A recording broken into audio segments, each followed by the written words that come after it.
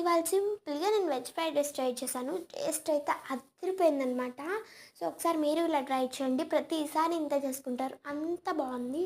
So దీనికోసం first ఒక కడాయి పెట్టి దాన్ని హీట్ అయిన తర్వాత ఆయిల్ యాడ్ చేయండి.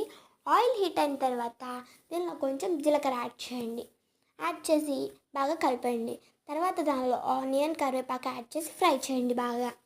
ఇవి బాగా ఫ్రై అయిన తర్వాత పొటాటో, క్యారెట్ యాడ్ చేసేయండి. మిర్చి, మీకు దగ్గర ఏమైనా వెజిటేబుల్స్ ఉన్నా యాడ్ చేసుకోండి, టేస్ట్ బాగుంటుంది.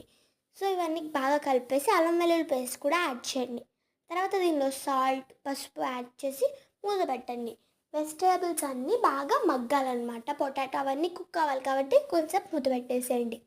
తర్వాత ఓపెన్ చేసి దీనిలో కొంచెం కారం యాడ్ చేయండి. అలాగే గరం మసాలా కూడా యాడ్ చేయండి, టేస్ట్ చాలా బాగుంటుంది. సో ఇది కూడా అంతా బాగా ఒకసారి కలిపేసేయండి.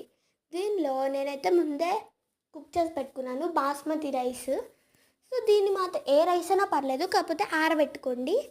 సో తర్వాత దీన్ని బాగా మిక్స్ చేయండి. లెఫ్ట్ ఓవర్ రైస్తో కూడా చేయొచ్చు, టేస్ట్ అయితే అదిరిపోయింది.